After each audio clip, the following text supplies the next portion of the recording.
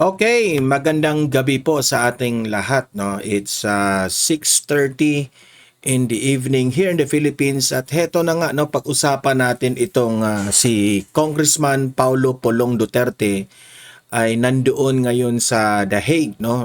Siya naman yung nakabantay doon kay FPRRD. At sa isa sa mga interview ni Alvin and Tourism na vlogger ay meron pong nabanggit itong si Congressman Paulo Polong Duterte. Okay, importante po ito kasi parang may usap-usapan na ang bahay ni Congressman Paulo Duterte ay planong halughugin ng isang congressman. Yan ang isiniwalat.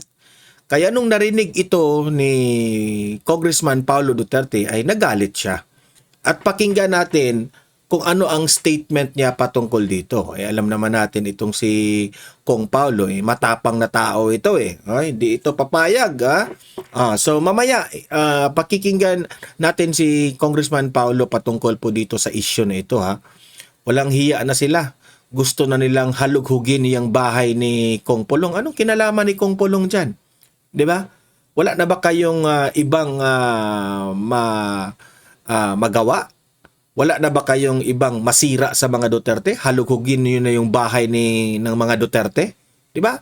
Yan po ay desperate move. Yan po ay nakakatawa. At ito pa, no? Panoorin rin natin ang itong interview ni Professor Malu Tiquia sa SMNI, no? Na sinita niya itong si PBBM kasi puro naman kasablayan itong mga ginagawa ng bangag na Pangulo . Sablay talaga itong mga pinagagawa niya. Bakit ba siya sinita ni Malu Tiquia? Kasi itong si Bongbong Marcos, no? Nagmamayabang siya sa kanyang legacy. Sabi ko, ano bang legacy ni PBBM? Sabi naman ni Professor Malu Tiquia, hindi po maganda na ikaw ay nagmamayabang sa inyong legasiya sa panahon ng crisis. 'Di ba? Parang off siya. Sobra talagang may mali, no? Kung iisipin mo, naghihirap na nga yung taong bayan. Nagrereklamo na ang taong bayan sa sobrang taas ng gasolina. Siyempre, tumataas rin yung mga bilihin, yung kuryente tumataas, lahat na lang ng presyo tumataas. Tapos ikaw, presidente ka, magmamayabang ka sa ligasiya mo? Akala mo naman may ipagmamayabang ka? Anong katangahan yan? Diba? Anong katangahan yan, BBM? So yan pakinggan natin si Professor Malu Tiquia. Sabi pa nga niya dito, instead na ikaw ay magmayabang sa iyong ligasiya, mas mabuti na lang kung gawan mo ng paraan na itong si Tatay Digong ay mapauwi dito sa Pilipinas. Mas magugustuhan ka pa ng taong bayan. Sa totoo lang. Di ba? Tama naman . Tama naman. Kasi magmamayabang ka sa ligasiya mo na nakakagalit, yung ligasiya mong flood control. Kung ako pa sa'yo, pauwiin mo dito si Duterte, tataas yung rating mo. Putang ina mong BBM ka. Nakakagalit parang sira ulo yung... Hindi ko na maintindihan. Ito yan ang pag-uusapan natin Like, share muna itong video na ito at isubscribe nyo para kayong mga bago pa dito sa aking channel ay updated kayo Walang bayad mag-subscribe. Okay? Mainit yung ulo ko Umiinit yung ulo ko. Ate, unahin natin, pakinggan natin itong si Congressman Paulo Duterte. Kung kanang matibay diha nga tao nga magbisita-bisita, isara ko ikasulti nimo. Pagdating ng panahon, kasi pag bumibisita ka, balita ko, matibay ka, nagpo-full battle gear ka. Pagdating ng panahon na may kaharap ka na naka-full battle gear, matibay ka man kaya, wag kang pumiyok may bagong aso na naman ang bangag na pamilya. Matibay yan, matibay. Matibay yan siya. Nakilala ko rin yan noon, way back Pinakilala sa Ang tanong, sino kaya ito? Sino kaya itong nagplano na halughugin itong bahay ni Congressman Pulong? Sino kaya ito? Congressman? Sige. I-ano nyo yan? Ituloy nyo yan. Ako'y naawa po sa inyo. akin, Kung anong mangyayari sa inyo. Ganyan na ba kayo kadesperado? Kasi hindi nyo matalo-talo ang mga Duterte? Itong si Kung Pulong, ayaw nga tumakbo ito ng nasyonal eh. Pero siya yung binoto bilang congressman ng kanyang constituents. Bakit kayo insecure na insecure? Wala. Hindi na nga ninyo parang binabaliwala na nga ninyo ito sa kongreso itong si Kung Pulong eh. Di ba? Hindi na nga ninyo binigyan ng sapat na budget ang kanyang lugar. Tapos ganyan pa kayo? way back 2017 ata, yung matibay na tao na yan. Intindihan naman natin kasi may galit yan. May galit kasi... Sino kaya si Congressman Sandro? Nagtatanong lang tayo ha, sino ba ito? Si Congressman Ridon? Nagtatanong tayo ha, yung mga congressman na medyo galit sa mga Duterte. Ang napag-alaman ko noon, nung nagpakilala, gustong mag-apply sa isang posisyon sa gobyerno. Panahon pa pala ito kay former President Duterte. Itong taong ito gustong mag-apply ng isang posisyon na hindi naman binigyan ni Duterte. So ngayon, galit-galitan na. Galit-galitan. Tapos gustong gumante raw, di umano ha, gustong gumante na kasi siya yung nasa posisyon ngayon, gustong halughugin yung bahay ni Kung Pulong. Ganon ba yung istorya niyan? Grabe naman yan. Sino kaya yan? Napag-alaman namin na corrupt, kaya hindi natanggap. Diba? Corrupt ka pala eh. Kaya hindi ka tinanggap ng Duterte administration, di ba? Deserve. Congressman Pulong, kamusta po kayo today? Good evening, Alvin. Okay lang. Magandang hapon po, sir.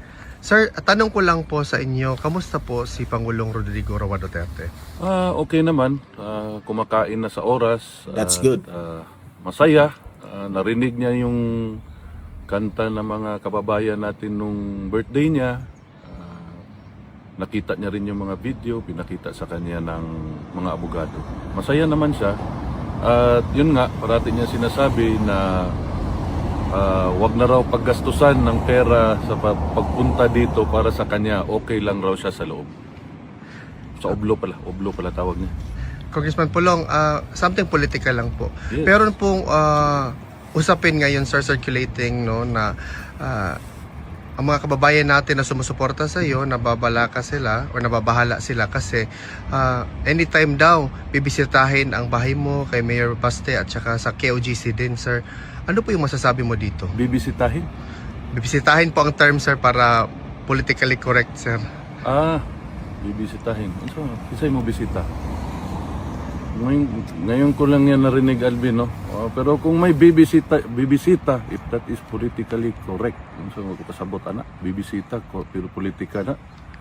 Kung may bibisita, narinig ko kanina lang ding umaga, nakita ko yung may nag-post na vlogger ng tiga Davao, si Boss Mil man ata yun. Yes, sir. Nakita ko, yun, nagtatanong-tanong ako, may bagong aso na naman ang bangag na pamilya. Matibay yan, matibay. Kasi lulusot at lulusot talaga yung balita na yan eh. Meron talagang mga nandyan ngayon sa administrasyon na hindi loyal kay BBM. Merong mga congressman rin dyan na nagpapanggap na kaalyado ng administrasyon pero plastikan yan. So, alam ko naman na itong si Kung Pulong, marami pa rin yung kaibigan dyan sa administrasyon at sa mga kongresista dyan sa House of Representatives. At syempre, may nagpapanggap rin dyan ng mga kaalyado ni BBM pero loyal sa mga Duterte. Kaya hindi po maiiwasan na meron talagang istorya na nalulusot na Kong Pulong. Baka may nagsabi sa kanya na yung bahay ninyo at yung KOJC, yung mga bahay ng mga anak ni Duterte, gustong baka ganito inanalyze ko lang na posible itong mangyari. Gustong halughugin yung bahay ninyo. Kagaya ng ginawa nila kay Teves na pinaplantahan nila ng mga baril o kung ano-ano mang ipaplanta nila para siraan kayo kasi malapit ng eleksyon. Alam niyo ano nangyari kay Teves, di ba? So merong mga ganyan. Marami itong mga kaibigan sa administrasyon at sa kamara. Kaya lulusot at lulusot yung balita na yan. Duda ako niyan na ganyan yung nangyari. Matibay yan siya. Nakilala ko rin yan noon, way back. Pinakilala sa akin, way back 2017 ata, yung matibay na tao na yan. Intindihan naman natin kasi may galit yan. May galit kasi ang napag-alaman ko noon, nung nagpakilala, gustong mag-apply sa isang posisyon sa gobyerno. Napag-alaman namin na corrupt, kaya hindi natanggap. Kaya alam mo naman to si Presidente Rudy, pag imbestiga, pag sa corruption ng tao, erase ka na agad sa mundo niya. So, maintindihan natin kung may galit yung bibisita, pero matibay yan siya. Siguro ngayon, nagkaroon ng sa Binisaya pag higayon na magkapera, binigyan siguro ng palaka dyan sa Malacanang na smuggler ng maleta. So, kanya yan. Kabalo kabin. Ang sakit diha ba? Kanang labi na ning mga kaigsuuna na tong Pilipino nga naa sa Luzon. Nahimo na lang normal sa ilahang kinabuhi ang harap-harapan nga trilyon nga korupsyon. Correct. Walay ni tingog, walay ni react, wala tanan kanang sakit kay tanaw. Yan ang problema natin taong bayan rin eh. At yan rin ang problema natin dito sa mga congressman at sa mga senador. I have to be frank here. Takot eh. Merong mga senador na takot, merong mga kongresista na takot. Alam nila, harap-harapan po ang korupsyon, harap-harapan po ang kabalastugan ng administrasyon, pero walang ni isang nagsasalita. Kung meron man, ayan, yan na si Kiko Barzaga, sino pa, Toby Chanco, si Congressman Leviste, yan, mga ginigipit rin sila, yung mga nagsasalita. Pero yung iba dyan, tiklop, majority, takot ang mga majority ng ating mga government officials. Yan ang nakakadismaya. Isa na kung majority ang nagrereklamo, majority ang ayaw sa korupsyon, edi sana matino sana itong ating bansa ngayon. Mga ilan lang yung mga Duterte lang ang mga nagsasalita ngayon. Mga kaalyado ni Duterte lamang ang nagsasalita ngayon sa kabalastugan ng mga korupsyon. Di ba? So, it becomes normal already. Ika nga, sabi ni Bongbong Marcos, ay, ang baha na yan, new normal. So, yung corruption, new normal na rin. Grabe. Ang kanang normal na lang ganit sa ilaha nga, ang ilang isulti nga, sige lang, hulat na lang tag sunod eleksyon, matanggal rabi taw gihapon na. Pero wa nila gitanaw nga ang adlaw-adlaw nga korupsyon, niabot na na og trilyon ang gikawat sa Correct. Mo na'y sakit niya. Pero alam mo, Alvin, ang paano ba to sabihin? Yang magbibisita ka sa isang bahay, ay mag-search siguro sa bisita god ay. Ganun siguro, sir. Murag ana siguro ilang pasabot. Siyempre magkinahanglan man mga warrant na ana gikan sa judge, gikan sa ang tanan mo partisipar diha. Basta inimbento gani ng inyong pagbisita sa among mga balay. Sugod sa judge nga nag-issue ug sa mga abogado nga ni-appeal ng mga iro ni Matibay, ang mga ganang matibay na tao, pailad ro na namog kaso dismarbet pag-abot sa panahon. Ana rana bin. Kabalo ka, alam nyo, no? Sabi ni Kong Pulong dito, kung mangyayari man yan, yung halughugin nila, wala silang choice kundi mag-file rin sila ng kaso. Kasi yun ang laban nila eh. Yun ang laban nila. Sana may hustisya pa sa Pilipinas sa mga politicians na ginigipit. Yung mga matitinong politicians na ginigipit ng mga siraulong politicians, ha? Isa lang hilingin ko, tama pala, James. Og imo ni makitaan karon sa imong Facebook. Palihog lang, i-secure daan ang akong mga ginamos ug akong kusahos nga kabaw nga gikan sa akong mga parintis Danau kay hinaguan na nila. Tagua daan kay basig ilaha pang hilabtan. Unya, ato ni sumpayan pa. Kay mo bisita man ka sila sa akong balay. Maura dito kinahanglan ma-secure yung ginamos ug akong kusahos nga kabaw. Kay lisod kay nang kusahos nga kabaw buhaton des Danau. Alam mo bin, itong bangag na administrasyon na ito, kung hindi na nga nila kaya, kita man nato, di na nila malimod ang ilahang corruption, nagsugod pa sa budget atong 2023, 22-23, antod tanang budget, ang ilang corruption sa flood control. Klaro man kita man mo mga tao, kanan di na gani malimod, kabalo ka ng elitista, na ug di na niya kaya sagangon ang tanang labay sa iyaha, magpalaban dayon og iro. Ana na ang among tan-aw sa ilaha sa mga Bisaya. Dili tanang Bisaya, ako Bisaya man ko. Mao na akong tan-aw sa ilaha. Kanang di na gani nimo kaya, di na nimo malimod. Mao na nga magpalaban dayon kag iro. Mao na mga elitista. Labi na ning mga elitista nga pangit. Di mo pagkugwapo, pero mas pangit yun sila. Dagway akong ginasulti, ha? Pangit sila dagway, pangit og batasan, kawatan pagyud. Sus Mariusep. No, kanang wag yun. Mao gyud na ilaha. Yung mga corrupt officials na kawatan, pangit pa jud ang mga mukha. Palaban day nag mga iro. Ana mga dato. Ug di kaya tagay kwarta. Na diretso bisitahi. Ana man na. Kung kanang matibay diha nga tawo nga magbisita-bisita, isa ra ako ikasulti nimo. Pagdating ng panahon, kasi pag bumibisita ka, balita ko, matibay ka, nagpo-full battle gear ka. Pagdating ng panahon na may kaharap ka na naka-full battle gear, matibay ka man kaya, wag kang pumiyok, ha? Yun lang po. Next question please. Sir, another question po. Ano po Parang hinamon na ni Kong Pulong, ha? Hindi niya tinuloy yung salita niya, pero malalim yun. yung masasabi mo na ang sinusunod daw sa Kongreso ngayon ay hindi yung speaker, sir, but mismo si Congressman Sandro Marcos? Meron po ba kayong opinion dito?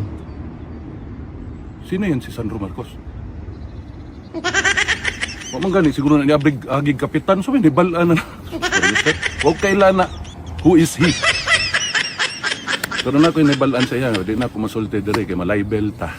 Gaoban may anak so nag-inom.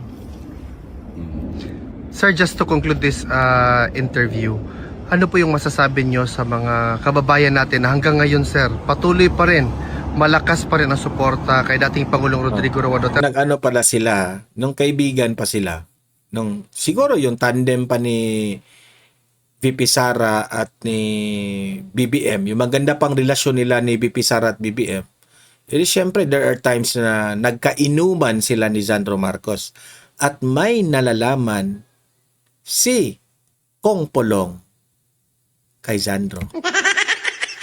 Watch out! At sa pamilyang Duterte in general? Hartelijk dank aan jullie allemaal en goed zijn ons allen. Goedemiddag, Alvin.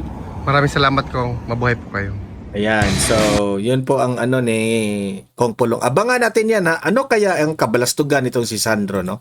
Ito, panoorin rin natin itong si Professor Malutikia, no? Itong nagmamayabang sa kanyang legasiya, itong si PBBM, sa gitna ng crisis. Wala talagang delikadesa tong presidente na ito. Ang sinasabi ko lang, mahirap yung ang legacy manggagaling sa leader, dapat manggaling yun sa taong bayan. Dapat ang taong bayan mismo ang magre-recall kung paano nabago ang buhay ko, Correct. buhay ng pamilya ko at buhay ng bansa. At hindi ka nagsasalita tungkol sa legacy sa panahon ng krisis. Walang makakatanda ng legacy mo.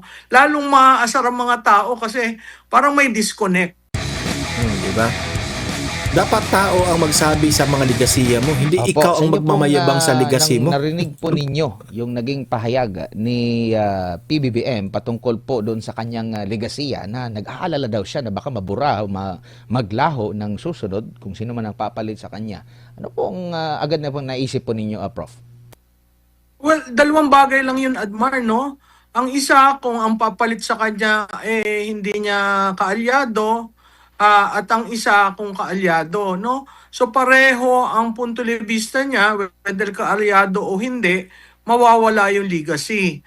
Ang pangalawa, ano kaya ang legacy na klarado na mawawala? Kasi pag tiningnan mo ang from 2022 to 2026 o 4 na taon, no, makikita natin ang bukod tangi lamang legacy diyan ay yung bagong Pilipinas na hindi naman natin nararamdaman at hindi naman natin nakikitang nagbabago ang Pilipinas. Correct. At pangalawa, yung supposedly siya lamang ang Pangulong lumalaban sa korupsyon.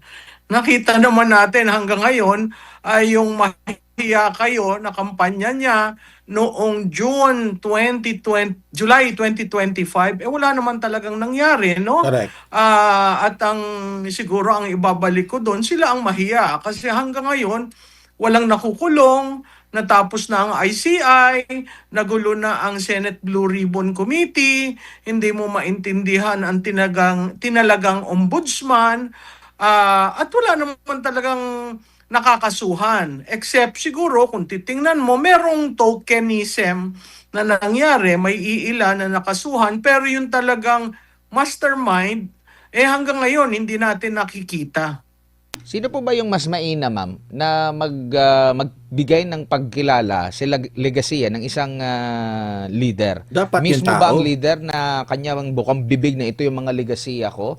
Or hayaan yung taong bayan na kung ano yung tumatak sa kanya, yun na yung ano mo, Dapat performance ganun. mo. Tama yun, Admar, no? Katulad na rin ng nakaraan nating mga pangulo, hindi naman yung pangulo ang nagbubuhat ng bangko, at hindi tamang panahon pag-usapan ang ligasiya sa panahon ng krisis. Ang dapat ang taong bayan ang magre-recall, magre-remember na ito ang mga nabago ang buhay ko, nabago ang buhay ng pamilya, nabago ang buhay ng bansa dahil sa mga sunod-sunod na programa. Hindi, why will you talk about legacy in an era where we are in crisis, no? Walang ang sinasabi ko lang, mahirap yung ang legacy manggagaling sa leader, dapat manggaling yun sa taong bayan. Dapat ang taong bayan mismo ang magre-recall kung paano nabago ang buhay ko, buhay ng pamilya ko at buhay ng bansa. At hindi ka nagsasalita tungkol sa legacy sa panahon ng krisis. Walang makakatanda ng legacy mo. Lalong maaasar ang mga tao kasi parang may disconnect. Opo, speaking of pagtatanda sa legasiya ng taong bayan, yung overwhelming pa rin na suporta sa nakalipas na administrasyon sa kabila ng mga paninira, sa kabila ng sinapit ng nakalipas na leader, dating Pangulong Rodrigo Duterte, after nun, grabe pa rin yung kanyang supporter, hindi nawala, hindi natinag, at mas nakukumpara pa nila at nakita nila na mas mainam yung pamumuhay noon. Ito ba ay masasabi natin dahil sa kanyang legacyng tumatak talaga sa isipan ng tao? Oo, tama ka, Admar, at yun nakukumpira. Usually kasi ang pagtingin mo sa isang pinuno, ginagamit mo yung punta libista nung nakaraan. Kaya nga parati yung katanungan, has your life changed? Has it been better? Kasi kinukumpara mo nung dati. So talagang tumatak yung kay Presidente Duterte at binabalik-balikan. Kasi doon talaga ang bayan, ang si Juan de la Cruz ang naging bida. Hindi ang mga politiko na nagkamal-kamal ng pondo at ng bulsa ng pondo. Opo, binanggit po dito sa post ni Congressman Pulong Duterte patungkol kasi meron siyang pinost dyan, no? Maliban sa pagsasabi na ang legasiya mo ay ang korupsyon o ang iyong korupsyon, meron din siyang nabanggit dito. Sabi niya rito, Filipinos are not concerned about preserving political legacies. They are concerned about their daily struggles, rising cost of living, and government, and that should be working for them, not for itself. Legacy is not claimed or protected by words. It is defined by actions and ultimately judged by the people. Ito na yung napag-uusapan natin, Prof. Correct. Oo, yan, tama yan. It is something earned, no? Natutuwa ang taong bayan dahil ay nabago ang buhay ko, ay nabago ang sitwasyon ko, ay ang aking mga anak ay nakakapag-aral ng maayos, 'di ba? Tuwing pinag-uusapan ng legacy, tinitingnan paano ba naapekto sa akin, personal, ng taong bayan, yung mga ginagawa ng leader. So tama yung sinabi ni Congressman Pulong dahil contextualize niya yung legasiya. Sa tingin nyo po, yung pinangako niya noon na maipagpapatuloy or mahigitan pa yung nakalipas na administrasyon, kasi nga nagkaroon siya ng tandem with the Duterte, di ba?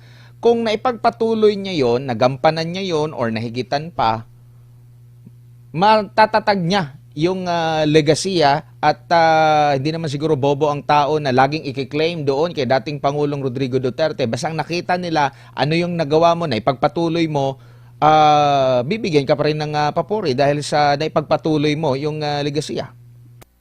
Oo, alam mo, Admar, yung issue kasi ng legasiya, pwede rin sa punto de vista ng continuity. Kung hindi nasira yung unity, may continuity. Pero dahil may what's the right term? May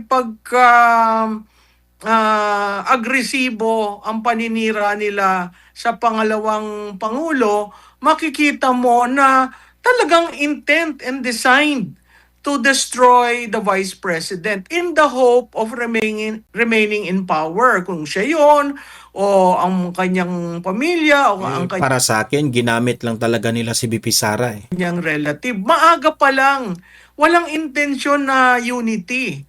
Kasi pag united ka, talagang continuity yan. Makikita natin, di ba? Merong time nag-request si Vice President, kausapin siya, tinatanong na yung mga proyekto na yung big ticket projects na naiwan, bakit hindi tinutuloy. Makikita mo, continuity is part and parcel of legacy. Kasi mahirap sa ating bansa ang 6 na taon na papalit-palit. Pag papalit-palit ka, hindi mo nababago ang Pilipinas. It takes, yung 6 na taon na yan, almost 1 dekada. Biro mo 1 dekadang nawala, napakahirap dun sa mga susunod. Kasi imbis na umusad at mag-take off, ang mangyayari niyan, babalik uli dun sa basic para maiayos ang bansa bago ka pa lang uli kayanin ang managinip. Ngayon walang kayang managinip dahil sa mga nangyayari. Nagkaroon pa na tayo ng krisis, kaya double whammy tayo, hindi rin marunong gumalaw sa krisis, kaya ang Pilipinas at ang mga Pilipino, kanya-kanya. Yung para mo sabihin na magbayanihan tayo, tulungan niyo ako, paano ka tutulungan? Kung ang taxpayers ay binuo sa dugo at pawis ang kontribusyon sa pamahalaan, pero nawawalan ka ng 1.5 at 1.9 trillion at ang bitaw mo nga anong tawag dito, patuloy at ang promotion anti-corruption siya lamang daw ang leader, no? Kung titingnan natin din dun sa EO 94, yung creation ng ICI, minamandate yun mag-report. Eh bakit walang report sa taong bayan? Natapos sila, may sunset provision yung batas, may functus officios, pag natapos, eh ba't walang report sa taong bayan? Ano ba tayo, tau-tauhan na ang ating contribution, eh pwede nyong nakawin na lamang at ibulsa?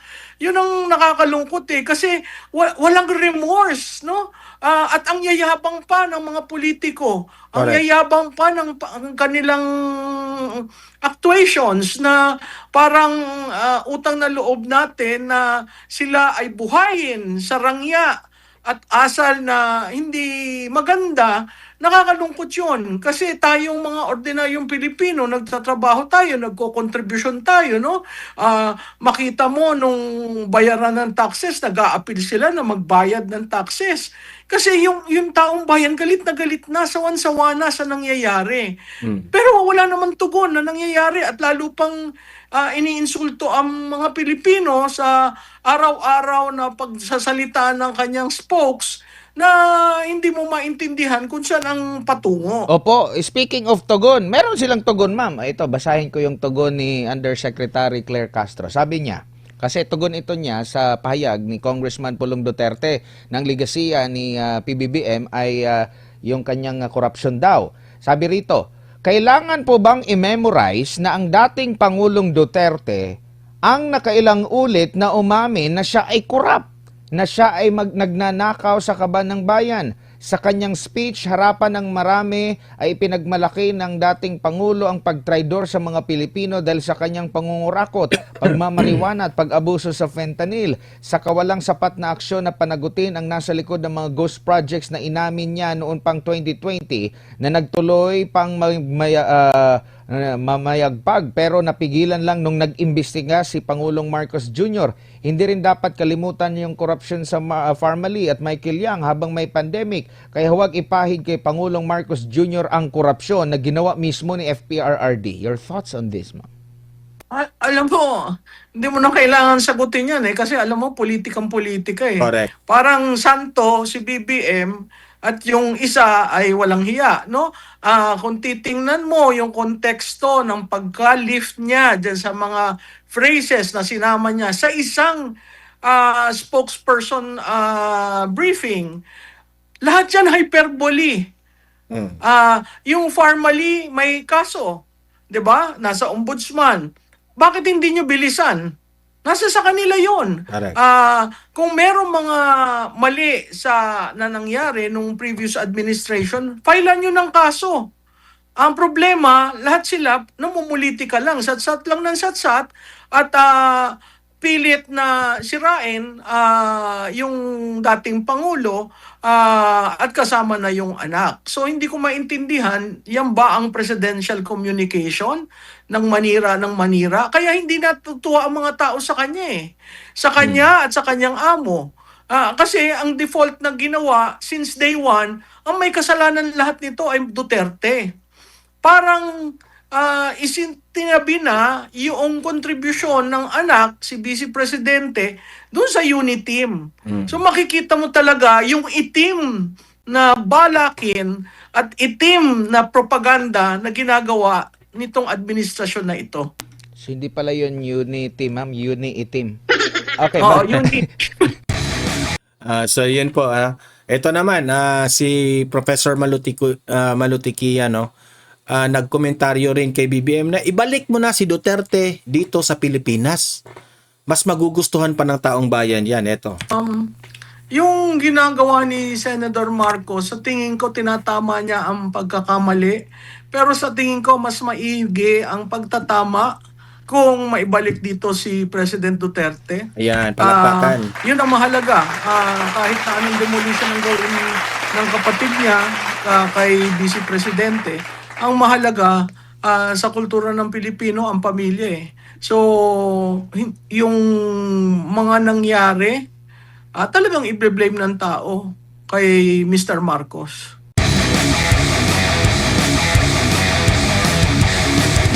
Sa serye ng mga video ni Senadora Amy Marcos po, humingi po siya ng tawad sa kanyang yumaong amang si Marcos Sr. at sinabi niya, napabayaan ko si Bongbong. Narito yung ilan sa kanyang mga sinabi sa kanyang video na may caption na, "Dad, patawad, hindi ko talaga kinaya." Sabi niya rito, quote and quote, "Parating binibilin si Bongbong, bantayan mo yung kapatid mo, parating sinasabing ganun. Hindi ko nabantayan eh." Quote and quote, "Kaya dad, sinubukan ko talaga, pinagpilitan ko, nayayamot na nga sa akin si Bongbong, alam ko naman, pero hindi ko talaga kinaya." Meron pa siyang sinabi, "Hindi na kami nagkausap ng matagal at hindi ko nababantayan, kaya nagkulang na ako." Ang sabi pa rito, quote and quote, "Ngayon iniisip ko na ang dapat ihingi ko ng tawad sa tatay ko, ihingi ko ng tawad na hindi ko nagampanan yung utos niya, yung habilin niya." Ano po ang basa niyo po rito, Prof? Well, ako masyadong personal yun eh. Parang yan yung nagsalita siya tungkol sa paggamit ng droga. Sa tingin ko malalim ang pinaghuhugutan ng mga pananalita ni Senator Marcos. At parang nagbibigay rin ng hudyat sa kapatid niya na kahit hindi sila magkasama, parang nagkoko na ayusin mo naman. I mean, parang siguro kahit a shout in the dark yung ginawa niya, gusto niyang maparating sa kanyang kapatid. Malungkot yung nangyayari dyan sa dalawang magkapatid kasi nakikita mo sa karir ni Senator Marcos, siya talaga ang sumusunod kay BBM, at sa bawat pagsunod niya, inaayos niya at inilalagay niya sa tama yung naiwan ng kanyang kapatid. So, ayokong maghanap pa ng malalim na kahulugan kasi nasa sa kanilang magkapatid yan. Pero nung ginawa niyang public yung statement niyan, siguro kailangan rin niyang i-explain sa taong bayan kung bakit ganon. Dahil totoo naman, kahit dun sa mga nakasulat na dokumento ng tatay niya, meron talagang sinasabi sa kanya na take care of your brother. So yun ang rhetorical nilang dalawang magkapatid, at pustahan tayo, sasagot na naman si Yusek Claire na pabalang. Napakagaling mo talaga, ma'am. Narito yung ini-wrap up ko lang yung naging tugon naman ng palasyo dito. Tumugon ito sa naging payag ng Senadora Amy Marcos. Sabi dito ng Palace Press Officer, hindi nagmumura o nagbabanta ang Pangulo at nananatiling tapat sa kanyang asawa, si First Lady Liza Araneta Marcos. Iginit din ng opisyal na hindi sinisira ng Pangulo ang imahe ng kanyang mga kapatid at alam niya ang nangyayari sa paligid. Tinukoy din ni Castro ang tanong kung sino ang dapat binantayan bilang paglilinaw sa umunay hidwaan ng pamilya Marcos. Parang baliktad ka rin. Alam mo, Admar, dapat hindi siya dapat pumapagitna dyan. Nasa sa kanilang magkapatid dyan. At kung babasahin mo, napakle, pero may sipa rin. May sipa kay Senadora, may sipa sa previous administration. Yung framing ni Yusek Castro from the very start is very negative. Yan pinapayagan ng administrasyon, makikita mo anong uri ng leadership meron sila. Opo. Dito naman po tayo sa isang video, ma'am, na umamin siya, si Senadora Amy, na pinahamak niya ang pangalawang Pangulo. Sabi niya rito, quote and quote, "Hihingi rin sana ako ng tawad sa mga Duterte, higit sa lahat sa VP natin kay Inday Sara. Ipinahamak ko siya eh. Talagang naiisip kong guilty ako. Sana nanahimik siya. Sana nasa Davao yun." Hello? Mayor siya. Ito po, yes, Prof, naririnig niyo po ako? Basahin ko lang po, meron pang isang video siya, ang sinabi niya man dito, umamin siya na pinahamak niya si VP Sara Duterte. At ang sabi niya, quote and quote, "Hihingi rin sana ako ng tawad sa mga Duterte, higit sa lahat sa VP natin kay Inday Sara, ipinahamak ko siya. Talagang naiisip ko, guilty ako, sana nanahimik siya, nasa Davao yun, mayor siya, walang kalaban-laban, walang hassle, walang gulo, si Tatay Digong andito sana sa piling natin. Ang dami kong pagsisisi." Ano po masasabi niya rito? Well, ang tangi ko lamang masasabi, yan ang legacy ni Marcos. yung ginagawa ni Senator Marcos, sa tingin ko tinatama niya ang pagkakamali. Pero sa tingin ko mas maigi ang pagtatama kung maibalik dito si President Duterte. Yun ang mahalaga. Kahit na anong demolition ang gawin ng kapatid niya kay Vice Presidente, ang mahalaga sa kultura ng Pilipino ang pamilya eh. So, yung mga nangyari, talagang i-blame ng tao kay Mr. Marcos. Sa serye ng mga video ni Senadora Amy Marcos po, humingi po siya ng tawad sa kanyang yumaong amang si Marcos Sr. at sinabi niya, napabayaan ko si Bongbong. Narito yung ilan sa kanyang mga sinabi sa kanyang video na may caption na, Dad, patawad, hindi ko talaga... Ayan, tapos na yan. Si Auntie Claire Castro, nagkomentaryo dyan, di ba? Sinabi natin na nangingialam siya sa away ng pamilya. Walang delikadesa eh.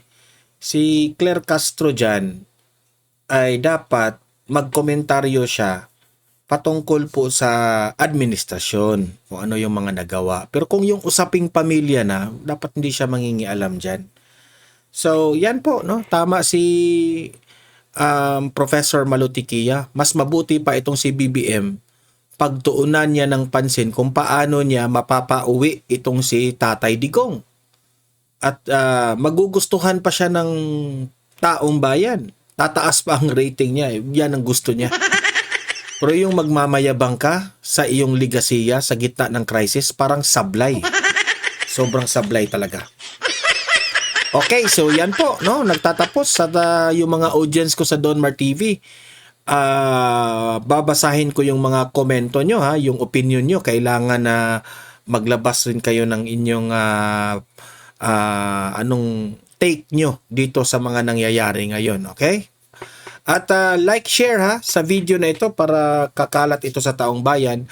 At sa mga bago pa lang dito na nanonood sa aking channel sa Donmar TV, kung nagugustuhan nyo, subscribe na po kayo kasi libre lang po ang mag-subscribe. Walang bayad yan. Updated pa kayo sa ating mga trending na mga balita. Okay? See you in my next video. Have a great day. Have a great night. God bless po sa ating lahat. Mabuhay ang Pilipinas and God save the Philippines. Bye-bye.